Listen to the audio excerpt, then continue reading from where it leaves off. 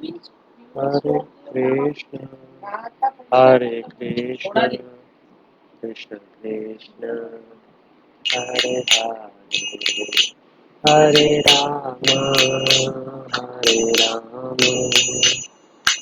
Rama Hare Hare, Hare Krishna, Hare Krishna, Krishna Krishna, Hare Hare, Hare Rama, Hare Rama, Rama Rama, Hare Hare, Hare Krishna, Hare Krishna, Krishna Krishna, Hare Hare, Hare Rama, Hare Rama, Rama Rama, Hare Hare, Hare Krishna, Hare Krishna, Krishna Krishna, Hare Hare Rama, Hare Rama, Rama Hare Hare, Hare Krishna, Hare Krishna, Krishna Krishna, Hare Hare, Hare Rama, Hare Rama, Rama Rama, Hare Hare, Hare Krishna, Hare Krishna, Krishna Krishna, Hare Hare, Hare Rama, Rama Rama, Hare Hare,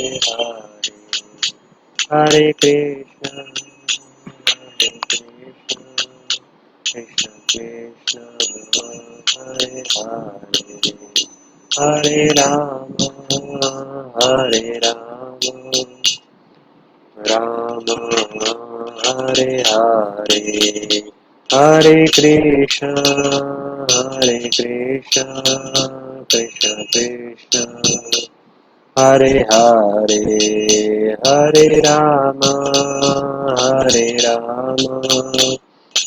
Rama Hare Hare, Hare Krishna, Hare Krishna, Krishna Krishna, Hare Hare, Hare Rama, Hare Rama, Rama Hare Hare, Hare Krishna, Hare Krishna, Krishna Hare Hare, Hare Rama, Hare Rama, Hare Hare, Hare Krishna, Hare Krishna, Krishna Krishna, Hare Hare, Rama Hare Rama, Rama Hare Hare, Hare Krishna, Hare Krishna, Krishna Krishna, Hare Hare, Hare Rama, Hare Rama, Rama Rama, Hare Hare, Hare Krishna, Hare Krishna, Krishna Krishna, Hare Hare, Hare Rama, Hare Rama, Rama Rama, Hare Hare, Hare Krishna, Hare Krishna, Krishna Krishna, Hare Hare, Hare Rama, Hare Rama, Rama Rama, Hare Hare, Hare Krishna, Hare Krishna, Krishna Krishna, Hare Hare, Hare Rama, Hare Rama, Rama Rama, Hare Hare, Hare Krishna, Hare Krishna, Krishna Krishna, Hare Hare, Hare Rama, Hare Rama, Rama Rama, Hare Hare, Hare Krishna, Hare Krishna, Krishna Hare Hare, Hare Rama, Rama Rama,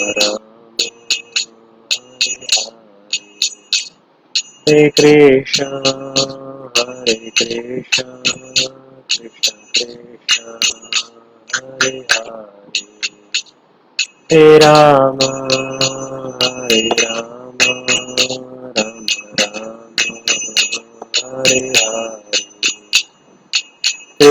Hare Krishna, Krishna Krishna, Hare Hare,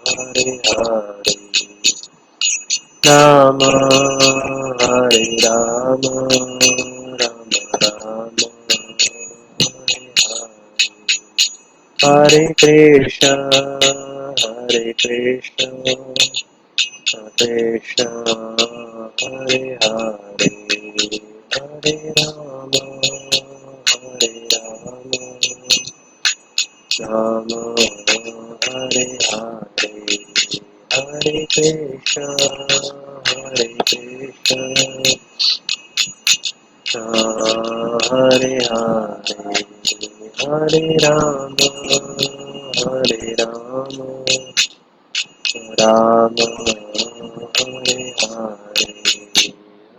Krishna, Hare Krishna, Krishna, Hare Hare, Hare Rama, Hare Rama, Rama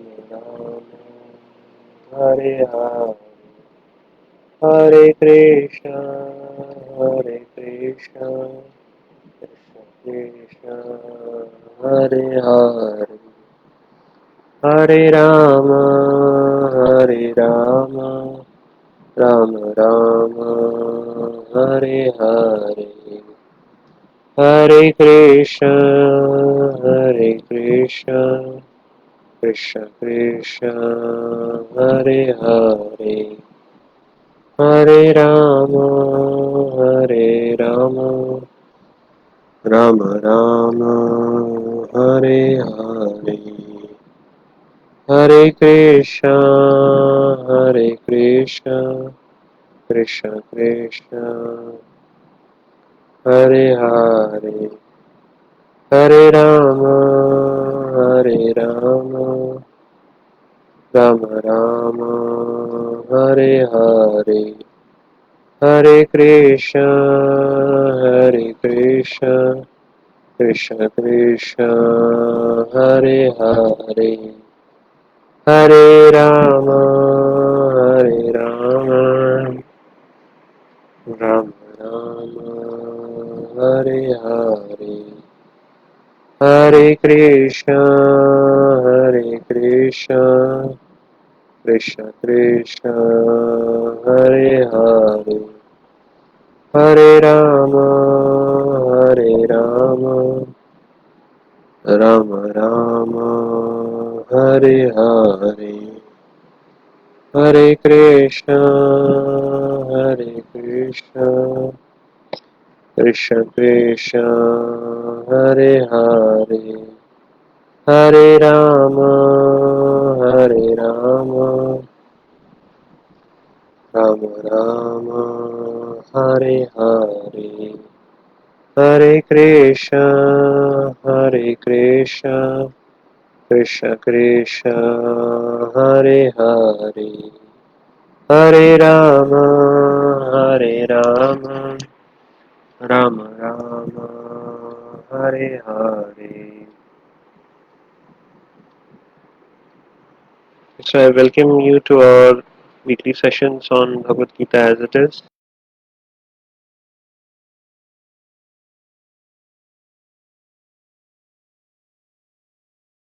So this is the Karma Sannyasi Yoga. That means working in the mood of renunciation. That's the title of this chapter. So first verse has been spoken by Arjuna. Arjuna vacha sannyasam karmanam Krishna punaryogam cha samshasi shamsasi yachya etayor ekam tanme bruhi sunishchitam.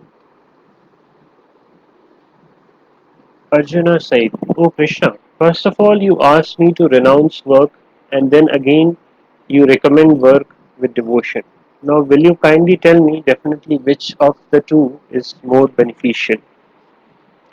So Arjuna Maharaj is referring to the previous chapters where Lord Krishna had given specific instructions in each of the preceding chapters. So in the chapter about in Jnana Yoga, he mentioned about how the perfection, on, on attaining the perfection, you don't need to perform any work because that's the perfection of the knowledge. And then at the end, he was also instructed that you should perform work with devotion. So that's why Arjuna is asking on behalf of all of us to clarify these nuances or these seemingly appearing differences between Lord Krishna's instruction. Now let's look at what Lord Krishna is replying to. Shri Bhagavan Vacha Sannyasa Karma Yogascha Nishchayasa Karavabhav Tayostu Karma Sannyasat Karma Yogo Vishishyate. The personality of Godhead, Lord Krishna, replied, the renunciation of work and work in devotion are both good for liberation. But of the two, work in devotional service is better than renunciation of work. Now, people who have some spiritual bend of mind, and especially in India, people think that religion or dharma is something which can be executed by going to or by residing at a pious place or by by taking retirement at a holy place, and they also connect it with simply not doing anything, and by simply staying in that holy place is the crux of dharma or religion. So many people have these kind of thoughts about religion. But Lord Krishna here is mentioning that the renunciation of work, which is relinquishing all activities, that is renunciation of work, and work in devotion. Work in devotion means whatever work we are doing, it is in connection with the service of Lord Krishna. So the renunciation of work and work in devotion are both good for liberation or attaining Lord Krishna. But of the two, work in devotion service is better than renunciation of work. So if we look at it from a logical perspective, we can realize that we all of us have a tendency to remain active. So whether it be a child, whether it be a grown up man, whether it be a old age, whether it be a person in his advanced age, everyone has a tendency to work. Maybe we will work physically, or maybe our even if we are not able to work physically, then our minds would roam around. Or uh, if it's not possible, like due to some reasons one cannot be physically active, then uh, he would spend time chatting with people, or browsing something on the internet, or uh, or watching TV and so on. So every person or every soul has a tendency to remain active, and to artificially stop that activity is not going to help someone. Even if we stopped all activities, but in our mind all those thoughts about uh, various levels of sense gratification will keep roaming around, will keep harboring around in our mind. So that is why simply renunciation of work without reaching that stage of maturity, reaching that stage of consciousness where we have actually surrendered everything for Lord, then it's very dangerous because you artificially renounce the work, you artificially you show that you have renounced everything, but in your mind, everything you are still connected to desires and self-gratification. So that's why work in devotion is better than renunciation of work. That's why that is Lord Krishna's advice, and in this verse, in the purport, His Divine Grace Srila Prabhupada has quoted a very important verse from Srimad Bhagavatam, which is an elaboration of Lord Krishna's and his devotees' pastimes. So I will read the purport of that verse or the translation of that verse. That verse is talks about the essence of life and essence of I mean the crux of material life and the essence of spiritual life. So it reads as: people are mad after sense gratification, and they do not know that this present body, which is full of miseries, is a result of one's creative activities in the past. So that means that this body which we have received is due to our actions or desires or unfulfilled unfulfilled desires. It's a sum total of that, and that's why we have received the current body. Although this body is temporary, it is always giving one trouble in many ways. Therefore, to act for sense gratification is not good. So it's pretty much evident that this life is this life is full of difficulties, and we don't need to elaborate on that. That how this life has so many we are going through so many difficulties in this life. Now, to definitely to act for sense gratification, does sense gratification doesn't helps one. It causes more troubles. So it's not good to work for sense gratification because, as the previous line says, that uh, our past deeds or past habits or unfulfilled desires give us make us prepare for the next one. So one is considered to be a failure in life as long as he makes no inquiry about his real identity. As long as he does not know his real identity, he has to work for fruitive results for sense gratification. And as long as one is engrossed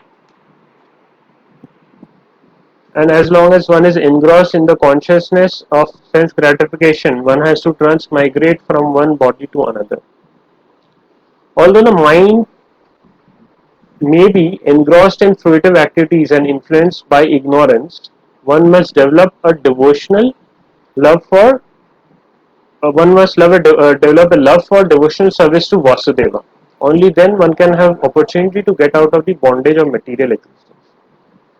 So this is also this is the same thing which we read in the translation of the Bhagavad Gita verse, that it is essential that we develop a relationship or we develop an affection for Lord, and that is how we would get the chance to get out of this material existence. Because as the spiritual universe is Lord Himself is the king or is the yeah, it is right that Lord Krishna is the king of the spiritual universe, and if we want to get into that kingdom, then definitely we need to have affection uh, we need to have affection for Lord. We need to have we need to have an attitude of service towards Lord, and this is what is being emphasized here. So just the knowledge itself of the knowledge of uh, spirituality or uh, what we should do is not itself important. The important thing is that we act on those instructions, and uh, More important is that we simply don't renounce the things, discarding them as material, but we use everything in the service of Lord. So uh, whatever situation we are in, whatever possessions we have, whatever capabilities we have, whatever skills we have, based on we can use all of these things for the service of Lord Krishna.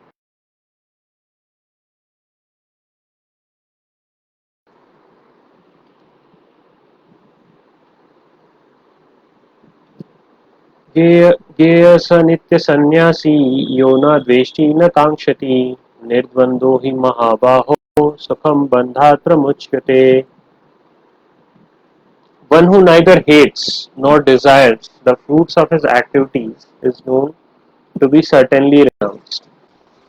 Such a person, free from all dualities, easily overcomes material bondage and is completely liberated, O mighty Aunt Arjuna. So, again, another important point is that a person who is or who wants to progress on this path of liberation, he should be equipoised in all kinds of situations, and plus he shouldn't hanker for anything, nor he should lament for what he has received. Now this is important because as we understood in the previous verses that based upon our actions, based upon our desires, we are preparing ourselves for the next birth. So if we are hankering for something, maybe we may or may not get it in this current birth. Then we have to take another birth to enjoy that facility which we hankered for. Then if we lament for something, then then okay, so we will be put in a situation which doesn't have that difficulty, but there is another difficulty. Okay, so we lament because there is some difficulty in our life. So it may happen that uh, someone is lamenting of his poor financial situation. Okay, so by providence he will get a birth. Let's assume that he gets a birth where there is no financial distress, but he might get a body where he has physical distress. So that's why we should neither lament nor hanker for anything, and we should try to remain as much equal to situations of happiness to the situations of distress. So we should maintain that semblance. And if we have this, we are actually developing a characteristic of detachment from this material universe, and that is why it helps us in getting rid. This also helps in getting rid of the material universe. And also, we have seen that trying to gain the happiness of this or trying to gain the riches of this material universe hasn't helped even the most affluent countries or the people or the communities of the most affluent nations, because even uh, if you reach to a certain level, there would be hankering to get to the next level, and this race of getting more and more and more and more would be unquenched, or it cannot be satisfied, because we are not the body, we are the soul, and soul has limitless need of happiness, limitless need of blissfulness, which these stones and pebbles of material world, even they may be the most comfortable situation or the the most affluent situation, cannot help us or satisfy us, because we are souls and we are connected with Lord, and only in that uh, relationship with the Lord, or only in connection with the Lord, we can get that happiness. So there is no point in in going after becoming crazy about this material happiness, nor there is to be too much laid down or become distressed by the unhappiness.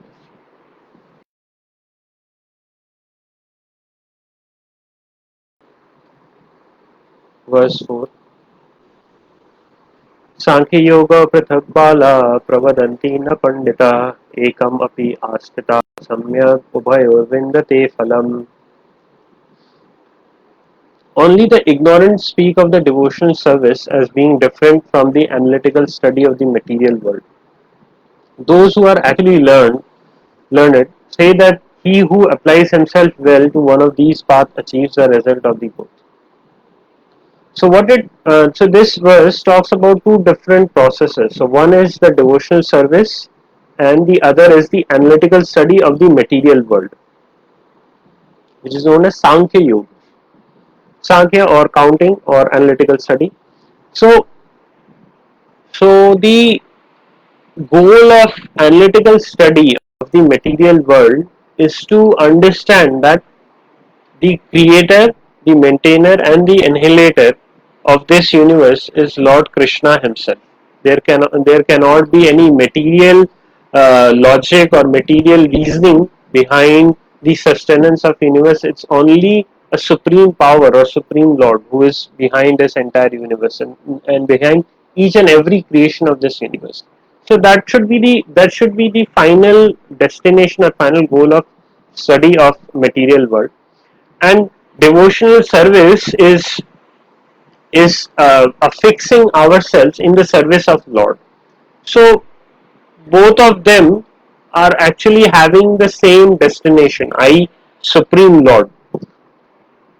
So ideally, both of them should take you to the same conclusion.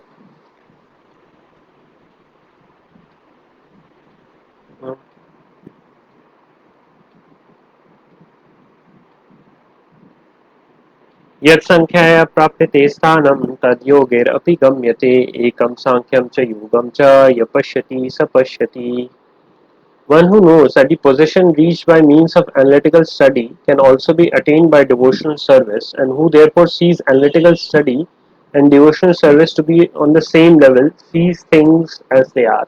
So, again, this verse is emphasizing on the point that even by analytical study, we should reach or we should attain the conclusion that Supreme Lord is the controller of this entire universe. He is the reason behind this entire universe.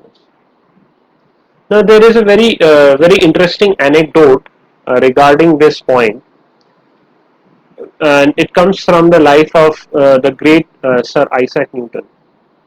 So, Isaac Newton had one atheistic friend who was also in the field of astrophysics, and his friend was busy creating.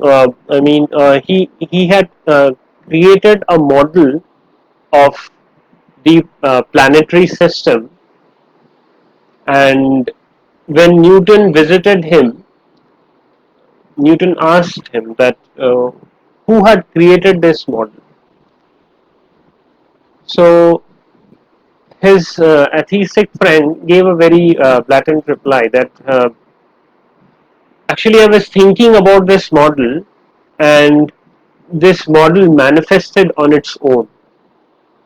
So Isaac Newton replied him back sharply, stating that this model has been created by you. This hasn't come into existence by own. So if this miniature model of the planetary system has to be created, it has to be created by someone, then there is no reason that we shouldn't believe that beyond the creation of this entire universe, there is a supreme creator, there is a supreme being who has created this entire universe. So Isaac Newton was also defending the point that the whole planetary system, this whole universe, is the creation of a supreme being or the creation of the supreme Lord. So this is the essence of this should be the essence of one's analytical study. If one's analytical study is not taking one closer to Lord, then we should know that this study is not going to help me in the longer run. It can help me to make money, but it won't help me to take me out of this material universe. So this is also being emphasized here, that even by analytical study, we should be able to come closer to Supreme Lord.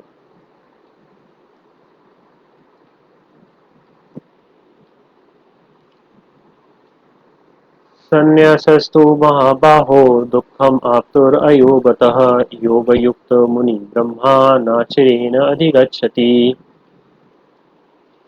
Merely renouncing all activities, yet not engaging in the devotional service of the Lord, cannot make one happy.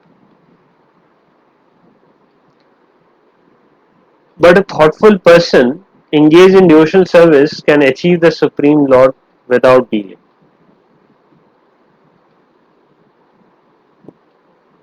So, again, it's being emphasized that,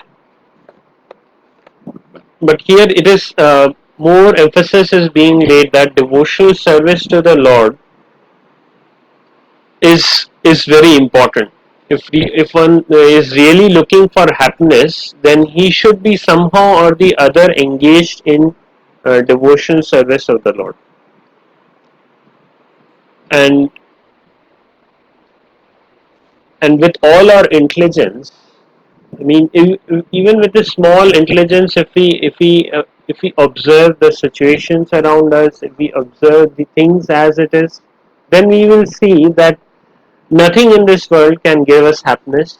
And those saints, those monks uh, who had devoted their lives to Lord, who had lived their life only to spread and preach the message of the Lord, we will find them that materially they might not be rich, but they were extremely benevolent to other living beings. They were extremely peaceful themselves, and because they were so peaceful, they were attached to Lord.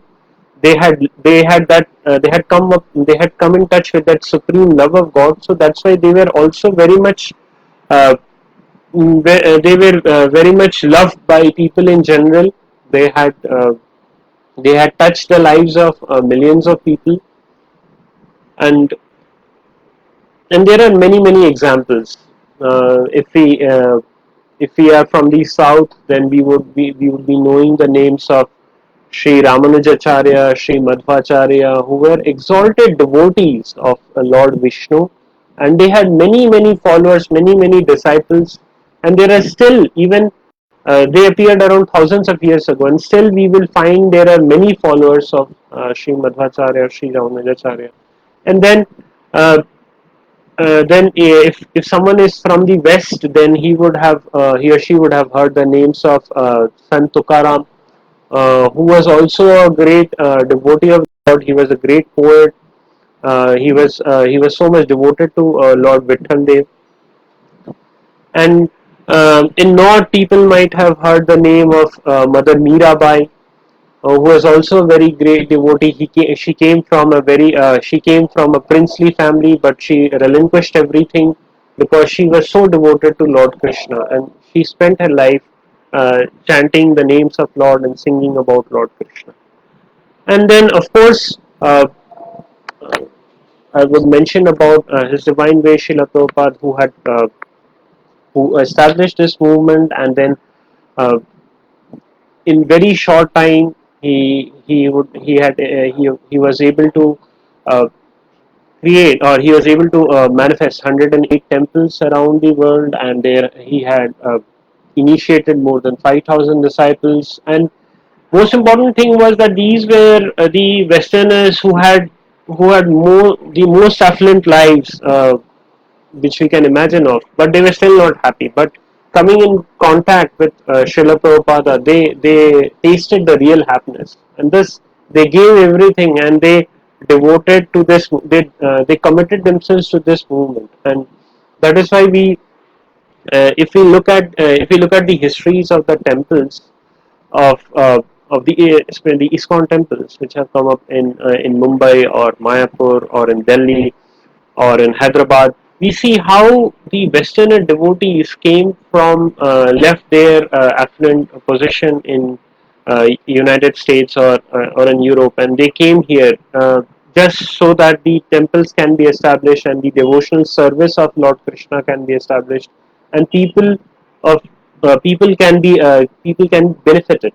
So the crux is that it is the devotional service to the Lord that makes one happy, and it cannot be any other way. Now, today I would also like to quickly speak about a very important aspect of service to Lord Krishna, and that is uh, that is about Ekadashi. Okay. So, what is this Ekadashi? And we would quickly like to understand. We would quickly try to understand what is this Ekadashi and what are the from various point of views. We would try to understand the significance of Ekadashi, and we would also understand the few basic details about Ekadashi. So, what is Ekadashi? So, Ekadashi means as you can understand that the Ekadashi word is made up of two words. It has two root words. So one is Eka and the other is Dashi. So Eka means one and Dashi coming from Dash, that means 10. So it means the 11th day. So in plain common sense, it means the 11th day from the waxing moon or the waning moon.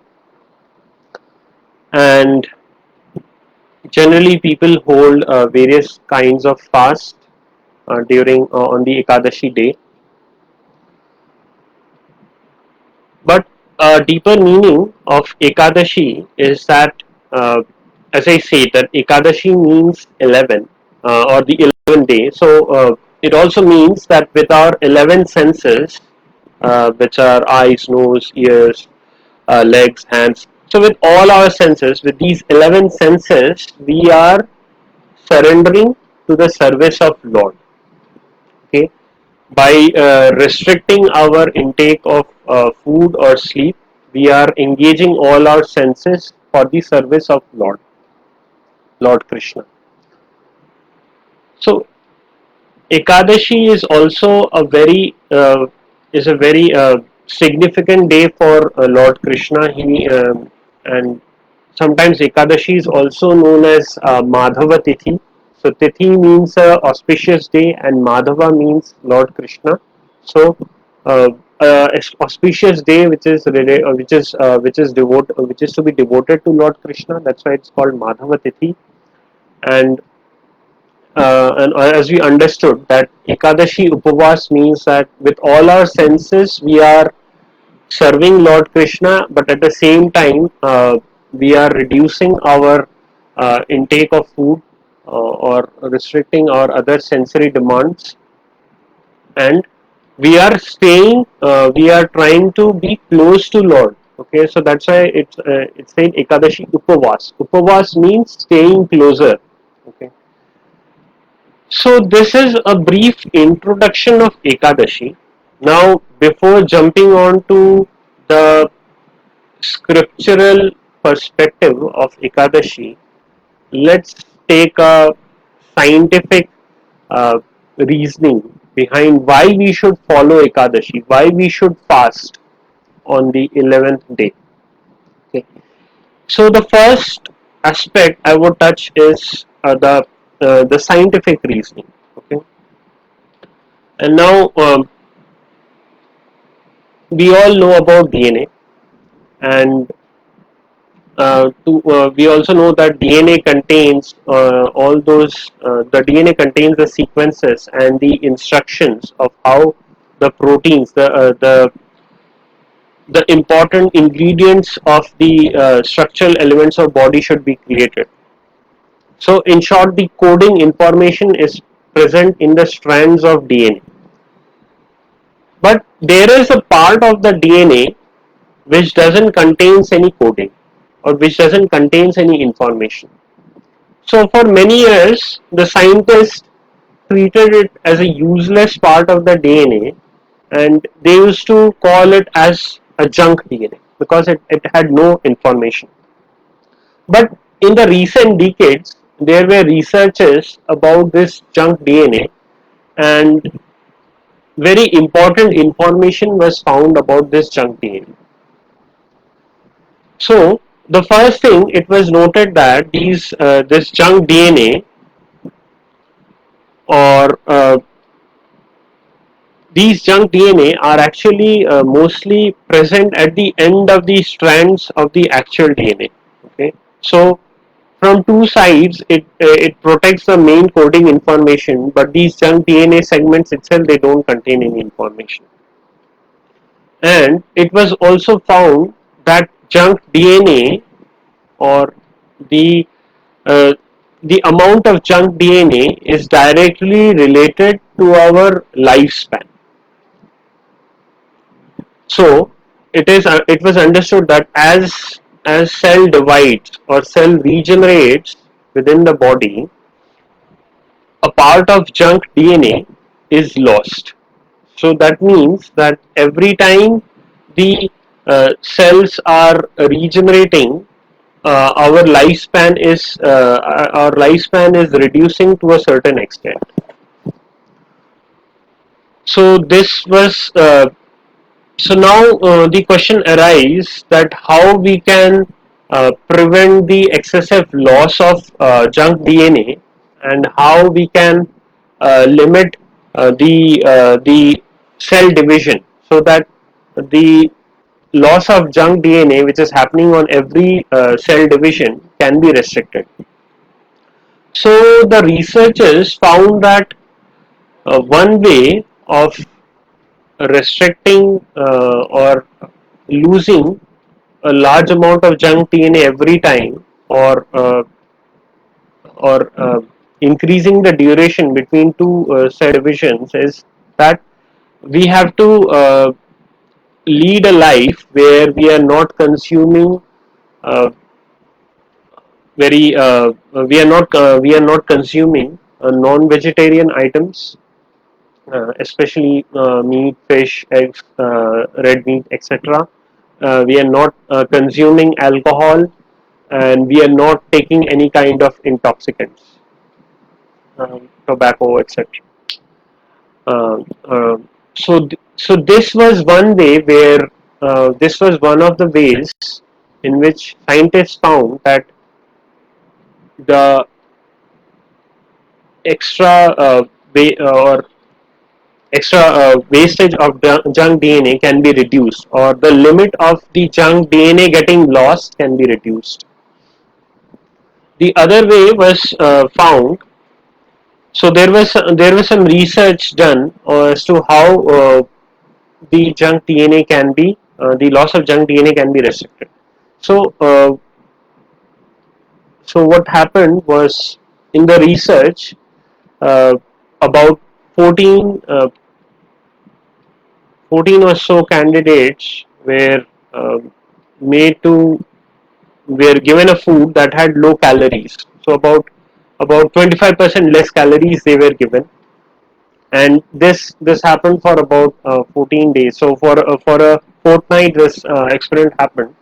But what happened that after 14 days, they felt weakness in their bodies because uh, the calorie intake was reduced for a significant duration of time. So the scientists found an alternative, that if they, or if any person can do a fast for about 36 hours every 14 days, then it would lead to the same result as declining calorie content in the food intake by 25%. So basically, they are suggesting that if we do a fast every 14 days, once in every 14 days, then we would be able to reduce the loss of junk DNA to a certain extent. And based on this research, the the Nobel Prize for Physiology was awarded in 2009. But our scriptures, our age-old scriptures, had already suggested that you need to fast on Ekadashi Tithi, and which comes every 14 days. So around twice in a month, this Ekadashi day comes, and it was always prescribed in our age-old scriptures that we need to fast.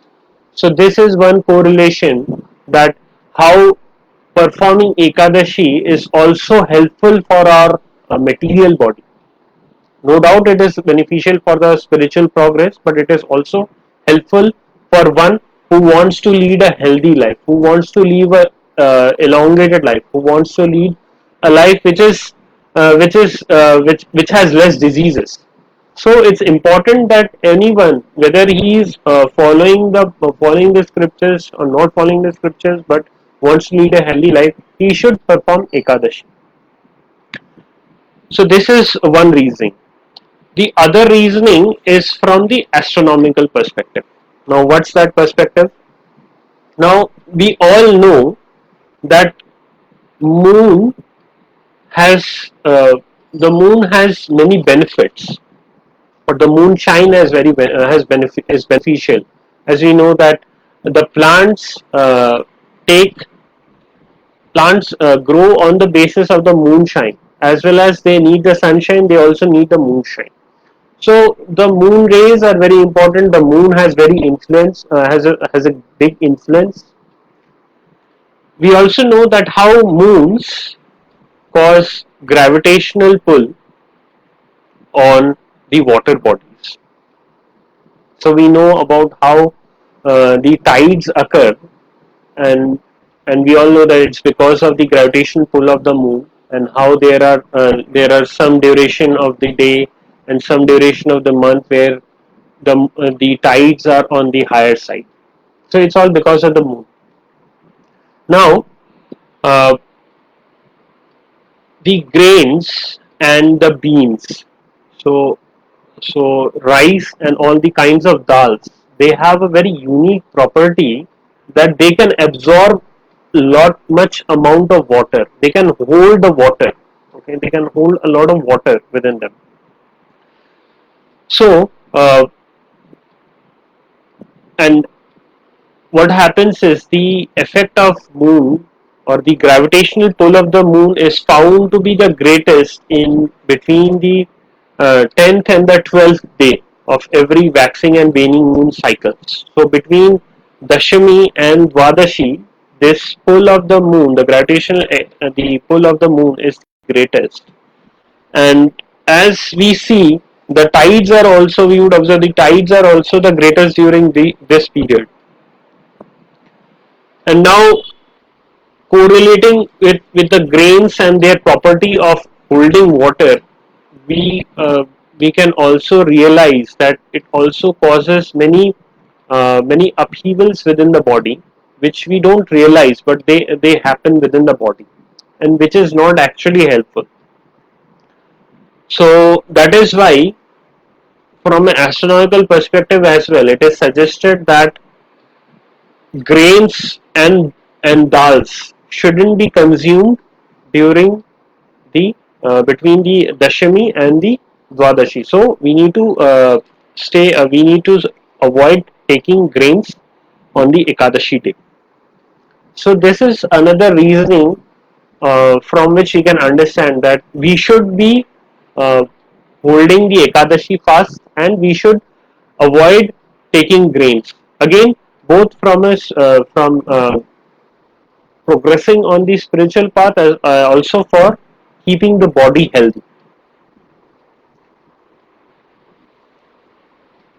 Now we looked at from a scientific perspective and from an astronomical perspective.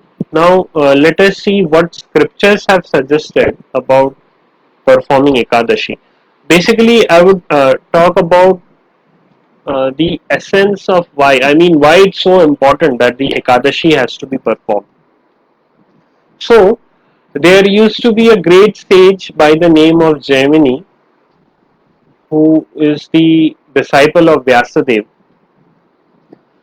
and Gemini Rishi had some questions about why this Ekadashi needs to be performed and what are the benefits of Ekadashi and why what happens if someone doesn't perform the Ekadashi.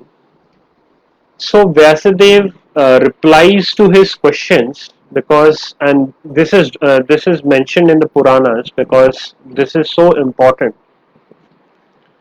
So it is said that uh, in the course of the creation of the universe, Lord Vishnu created someone who is the Pap Purush, okay, or the personification of all the sins. So it is said that this person is personifying the different kinds of sins. So uh, his head represents a particular kind of sin, his arms represent a particular kind of sin, his stomach represents a particular kind of sin, and so on and so forth. There are detailed descriptions about this Papa Purush. Now, why this Papa Purush was created?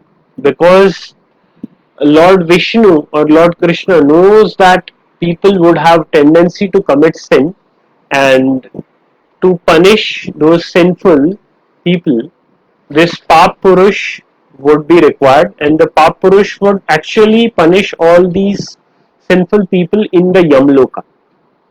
And the universe was created, and all the living beings were manifested, and they also started committing sins. So as a result, they had to go to Yamloka, and they were being punished by Pap Purush.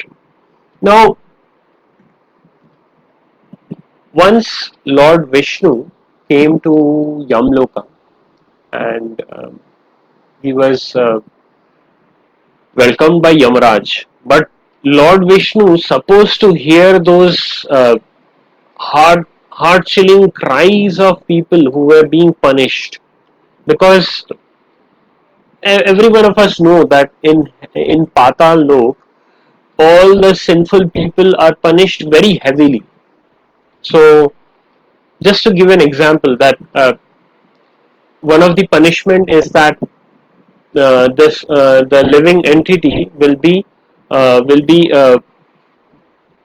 be cooked in the boiling oil. So there would be a gigantic container in which oil is boiling, and all those uh, some of the people who have committed a particular kind of sin would be boiled in that oil under the above the burning source of fire. So this is like one of the punishments. So say there are different kinds of punishment, and each one of them is very. It's like uh, chill. It will chill your spine. So even Lord Vishnu was very much was shocked by all the punishments which the sinful people were going through, and uh, and suddenly Lord started feeling compassion for those living beings who are going through those hellish punishments. So Lord Krishna, when he was getting feeling compassion for the living beings, there was a his compassion manifested uh, in form of a lady. And when this lady manifested, Lord Vishnu asked that, "Who are you, O goddess?" So this lady introduced herself as Ekadasi. So Ekadasi means a servant of yours, Ekadasi. So then Lord Vishnu asked that, how did you manifest? So Ekadasi mentions that it was because of your compassion, O my dear Lord, your compassion for these souls I have manifested. And I am, if someone is engaged in your service, then I will be able to liberate that person. So, so she is meaning that if someone takes to the chanting or singing of Lord's names on this particular day of Ekadashi, then this compassionate form, I mean compassion personification Ekadasi would liberate her, would liberate that soul. So this is a very transcendental but very hard to understand, that more than uh, more than Lord himself, Lord's devotee is so powerful, or his compassion is so powerful, that only by serving, although they are sinful, but if someone chants the name of the Lord, if someone performs some service of the Lord, those souls would be liberated. So even if they are sinful, they would be liberated. So this is the way the story happened, that all those hellish, all those sinful people who were facing those punishments started taking the names of the Lord, and they were liberated by the mercy of Ekadasi. Now, all the sinful people started taking the names. All the people started serve the Lord. Then, uh, then, then there was no one, virtually no one left in the Yamraja to whom Papa Purusha can give punishment to. So then, Papa Purusha uh, took to the shelter of Lord and said that, "Oh my Lord, it was my service that I used to punish all those sinful people. But now, by the mercy of by your compassion, or by the mercy of Ekadasi, all those no one is coming to Yamloka, and thus I don't have any service to you." So people shouldn't think that this Pap Purusha was uh, was getting fun in giving punishment to others. It was just his service to Lord, that he was appointed as one who will be giving punishment to those souls who had committed sins. So anyway, Papurusha was saying that, since I don't have any service, actually I don't have any shelter at your lotus feet. So where shall I go? Because everywhere they are chanting the names of Lord, everywhere they are getting liberated. And now your compassion personified, Ekadasi, has also manifested, and her influence is so strong on the Ekadashi day. So where shall I go? So then Lord Krishna, Lord Vishnu mentioned that you can take shelter, or the Pap Purusha can take shelter in the grains on the Ekadasi day. So, so this is how Pap Purusha, or sins personified, took take shelter in the grains on the Ekadashi day, and this is the scriptural injunction, that why we shouldn't be taking grains or dals on the Ekadashi day, because when we take grains or dals on the Ekadashi day, we are actually consuming the sin personified. That means that we are consuming sins by taking grains and dals on the Ekadashi day. And these sins are not the ones which we had committed. These are various sins which we might not have committed, but because we are accepting the grains, we are taking those sins inside us, and in due course of time we also have to face the consequences of those sins. So that is why it is prohibited to take grains and beans on the Ekadashi day. So these are the various perspectives which tell us that we need to perform Ekadashi. That is, we need to do fast on. We need to stay away from grains and uh, beans on the day of Ekadashi. Now, there are various levels in which one can perform Ekadashi.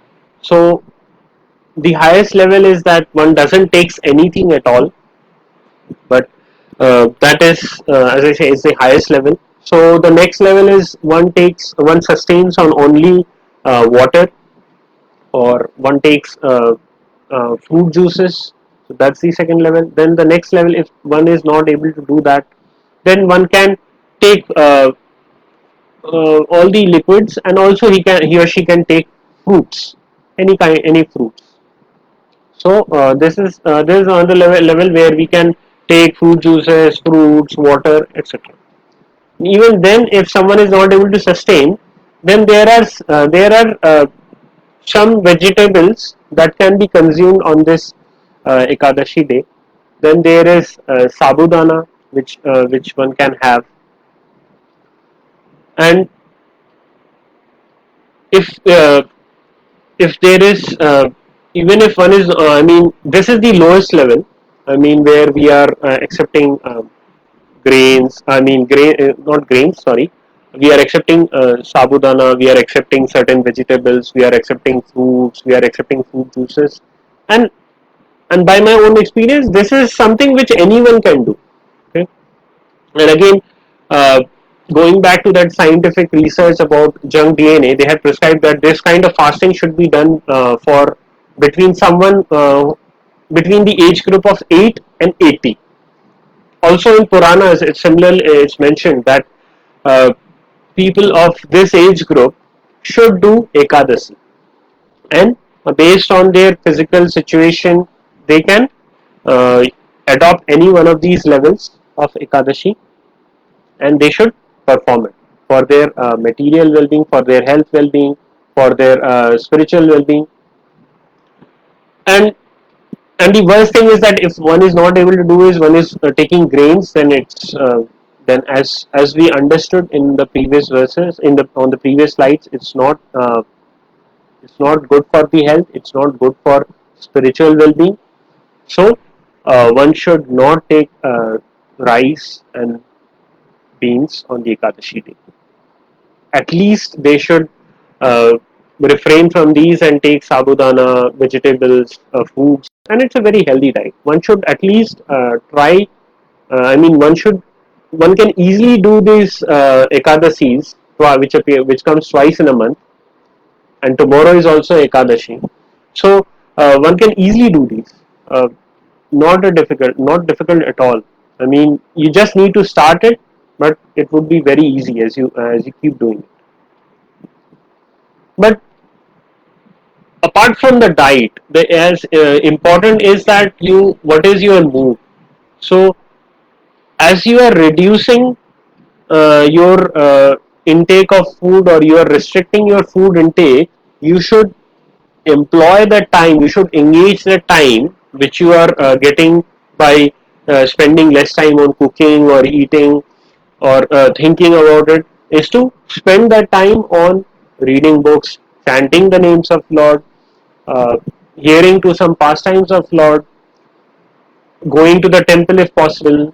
So this should be the mood of the Ekadashi, that it should bring you closer to the Lord. Okay. Some acharyas also suggest that on the Ekadashi day, you should retrospect that in the last 14 days what you have done. Have you done anything that will help you to bring closer to the Lord? Have you done any mistakes which you should rectify going forward? So this should be the mood of one of a performer of the Ekadashi, that he's reducing his sensory intakes, but he is focusing on the Lord. He's focusing on the service of the Lord. He's trying to remain humble to all the situations. He's trying to be tolerant in all the situations. And with this humble attitude, he is performing various services of the Lord, chanting the names of the Lord, reading the books of the Lord, hearing the pastimes of the Lord, and so on. And if possible, engaging in the deity worship. If try to install a deity. I mean, keep a picture of the Lord and perform an arti. There are many wonderful prayers and poems which you can narrate, which you can sing to the Lord in His glorification. So in these different ways uh, you can have this mood on the Ekadashi day. And finally, after you have spent the Ekadashi in this mood, in this mood of servitude and restricting from various foodstuffs, then uh, then there is something called as a parana. That means you are closing the Ekadashi Vrata. So that is done by You can do it by taking any of the things which you had restricted. So, for example, if someone was only taking water or fruit juices, then he should do the closing of the Ekadashi by taking some solid foodstuffs. If he was if he was taking sabudana, vegetables, and fruits, then he should do the parana by taking rice or any other grains. So this is how you can end the Ekadashi Vrata on the Dwadashi Tithi. So after the Ekadashi comes the Dwadashi Tithi, and this is how you do the entire Ekadashi. So starting the Ekadashi with a mood of servitude, trying to remain maintaining that mood, trying to always engage in some or the other service of the Lord to whatever extent it is possible, and then um, closing the Ekadashi Vrata, and uh, this is how you will this is how you will feel yourself that you are progressing towards the Lord. You are uh, you are engaging more in the service of the Lord. And as I said, it's a Madhavi Tithi. It's called Bhakti Janani. Uh, so this is the mother of bhakti, or it's the mother of the devotional service, which we talked about even in our today's verses on Bhagavad Gita. So Madhav Tithi is Bhakti Janani. So if you perform this Ekadashi Vrata, then you will be blessed by this devotional service attitude, and then you will feel that you are making progress. You will feel that as you make progress and Lord reciprocates with you, you will feel that happiness, that blissfulness that is coming in your life. And as I mentioned earlier, that tomorrow is also Ekadashi Vrata. So think of how you can start doing the Ekadashi Vrata. Start engaging in doing.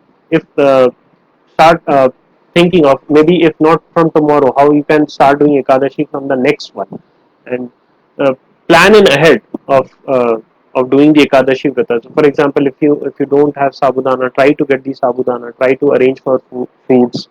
If possible, if you want to drink juices, try to arrange for that in advance. Plan for it, so that you don't have to struggle on the Ekadashi day itself, and you can spend more time on chanting the names of the Lord, reading the books of the Lord, and so on.